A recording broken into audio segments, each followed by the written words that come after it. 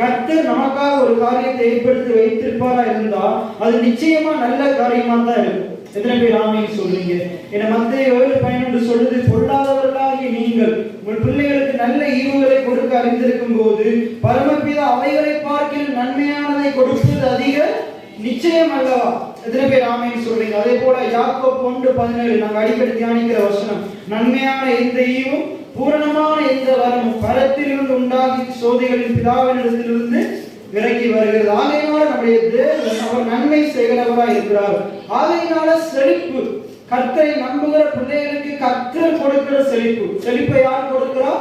கர்த்தர் கொடுக்கிறார். கிருபையா கொடுக்கிறார், ஈவாக கொடுக்கிறார்.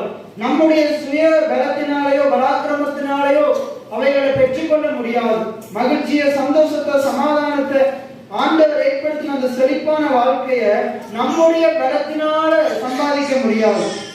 ஆனால் கர்த்தர் அவரை நம்புகிற பிள்ளைகளை ஆண்டவர் செழிக்க செய்கிறார். எத்தனை பேர் ஆமீன் சொல்றீங்க?